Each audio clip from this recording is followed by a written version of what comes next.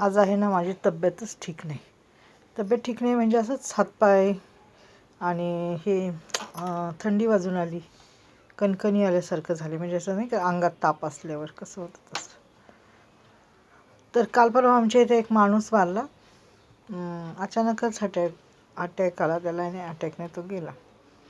तर आमच्या इथं सगळेजण काय म्हणाले की तो नुसता बसूनच राहायचा, तो चालायचाच नाही, तो असाच नाही तसंच नाही.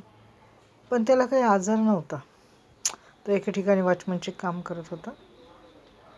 असं काही नसतं. एकदा माणसाच्या जीवनरूपी ह्या संसारात आपण एकदा आलो ना, एकदा आपलं तिकीट बुक झालं म्हणजे नाही का म्हणतात कन्फर्म झालं की नाही आता ह्या जाणार आहे. देवाने आपलं येण्याचं जसं तिकीट ठेवलेलं होतं तसं जाण्याचं पण ठेवलेलं आहे.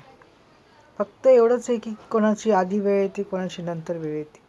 पण जाणं हे तय म्हणजे पूर्णपणे झालेलं असतं. देवाने ठरवलं असतं की हा कोणत्या तारखेला जाणार, कोणत्या वेळेला, कशासाठी, कशा ठिकाणावरून जाणार, हे त्यांनी ठरवलेलं असतं. त्यामुळं मृत्यू आणि जन्म ह्या दोन्ही गोष्टी आपल्या हातात नाहीच आहेत.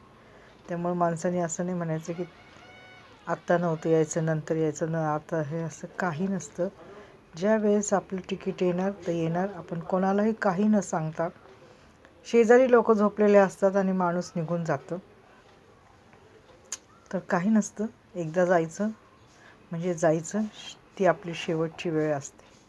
म्हणून तर म्हणतात ना, जोपर्यंत आहे तोपर्यंत जगा आणि जगू द्या आणि आनंदाने राहा. एकदा माणूस गेलं की गेलं, परत त्याला काय यायचा चान्स नाही.